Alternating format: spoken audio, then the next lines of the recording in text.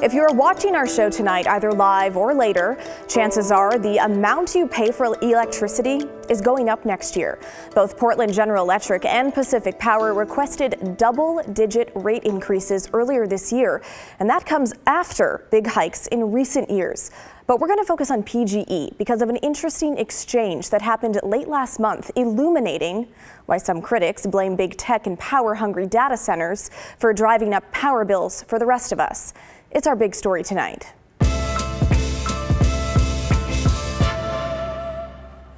In November, Oregon Senator Ron Wyden sent a letter to PGE's CEO asking for specifics on why they needed a rate hike next year when rates have already risen 40% since 2020.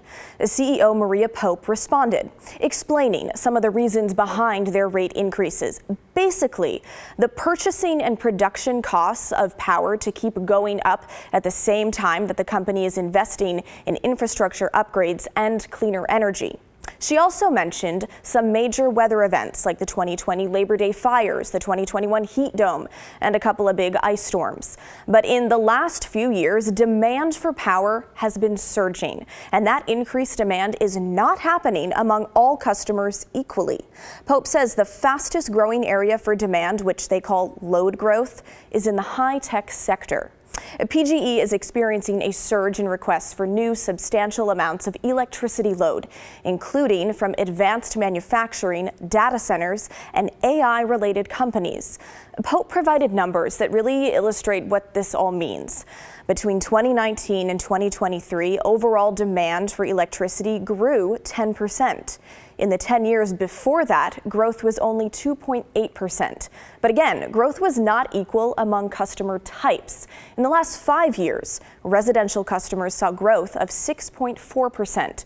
Commercial customers grew 1.9%. But industrial power deliveries, the data centers and tech manufacturing facilities, grew a whopping 34.7%. Those numbers alone paint quite a picture of power use. But let's zoom out a little bit and talk about data centers. They're basically big warehouses filled with computer servers that are humming night and day to power the services for different internet companies like Google and Facebook. You may have noticed that we are in something of an AI gold rush. Because of that, the tech industry needs data centers now more than ever, and Oregon is a prime destination for them. The Oregonian reported in October that data centers already account for an estimated 11% of Oregon's power consumption, more than twice as much as all the homes in Portland. And that number is expected to at least double by the end of the decade. Now, according to the think tank Electric Power Research Institute, Oregon is among the 5 highest states in the nation for data center power demand. By 2030, they anticipate data centers will account for over 24% of Oregon's power consumption.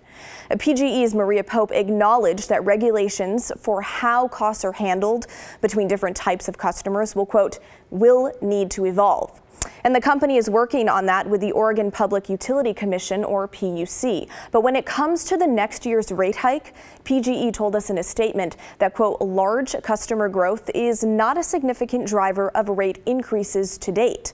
Like Pope said in her letter, the company said those rate increases are because of the rise in power purchasing costs and infrastructure investments.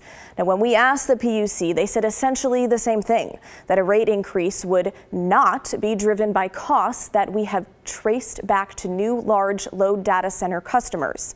In fact, Pope claimed in her letter that the increase in demand for power driven by industrial customers actually helps affordability for everyone. Because the more people using the grid, the more the costs to operate the grid are spread out. But critics argue that the growth in data centers is making our power bills more expensive, partly through the upfront costs of hooking them up to the grid and getting them all the power they need. Here's Bob Jenks, executive director of a consumer watchdog group called the Oregon Citizens Utility Board, or CUB. The idea that we sort of socialize and all people pay for load growth made sense because all customer classes were seeing load growth. But nowadays, we're only seeing the load growth happening really in the data center and the large industrial sector.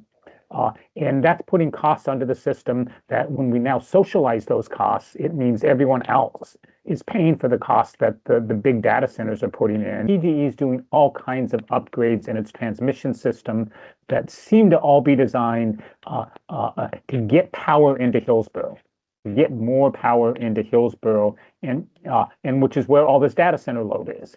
And the problem with that is those transmission upgrades then go into the transmission revenue requirement, which then spreads the cost among all classes of customers. Right now, PGE there has more data center load just in the city of Hillsboro than all the load of all residential customers in Washington County.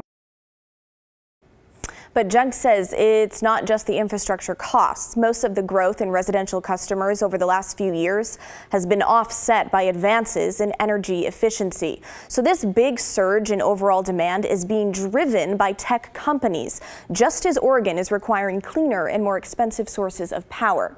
Once upon a time, Junk says, most of our clean power needs in Oregon could be served by relatively cheap sources like hydropower. But as these industrial customers come online, it's no longer enough. So all that load growth that's coming in has to come in at 100% clean. And that's problematic. You can do a lot in the summer with solar and batteries, but in the winter, what's the clean energy that's going to serve Facebook and facilities in the middle of January? If we have a couple days where the wind's not blowing, we don't have batteries that last that long. So the data centers are making us go out there and acquire more power and higher cost power. I mean, that just goes in and pushes everyone's rates up. Now, one argument made in favor of things like data centers is that they provide a stable source of load. That is, they don't demand much more or less power at different times of the year. So power companies can better predict how much they need. That is not something that Jenks agrees with. I think that's absurd. This is highly inflexible load. This is really difficult load to serve because it's going to be there at its significant level. It's 24 hours a day, 365 days a year at a pretty high level. They say it doesn't have a peak load. Well, I look at it, it's always a peak load. It's always really high and it's all the time. The Oregonian reported Wednesday that the power industry is worried about rolling blackouts in the Northwest because data centers are driving demand for power up to the very limits that our grid can handle. The takeaway from these industry folks is that we need to invest more in our power infrastructure and sources of energy. And if you've learned anything when talking about power companies, when you hear the term invest more, many would argue that some of that cost will fall to you. Bringing things back to how we started in the segment now.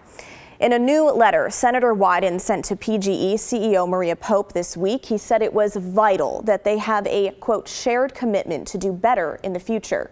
And he outlined big takeaways from their exchange. Here are two of them, which are most relevant for the story we're telling. One, PGE will, beyond 2025, do everything possible to keep residential rate hikes below the rate of inflation. Number two, PGE will take every possible step to ensure that increases in industrial uses do not result in raising electricity rates for residential customers. Next week, we're expecting to learn more about PGE's requested rate increase for next year. A company spokesperson told us it will probably be in the neighborhood of 8%. And that's on top of the 40% of hikes we've seen in the past 4 years. We may also see some new developments in how PGE suggests regulating different customer types more fairly. According to some reporting by an energy industry publication called Clearing Up, PGE is exploring changes for big industrial customers, including charging them a mandatory minimum rate based on how much demand they put on the system and requiring them to sign a contract for service to ensure they're in it for at least 8 years. Bob Jenks says that he also expects to see lawmakers step in during the coming legislative session, which starts in late January. And we'll be watching. But in the meantime, what do you think about big tech, data centers, and your power bill? Email the story at kgw.com or call and leave us a voicemail at 503-226-5090. And if you'd like to take an even deeper dive on this topic, you can just check out our web story that's up now on kgw.com.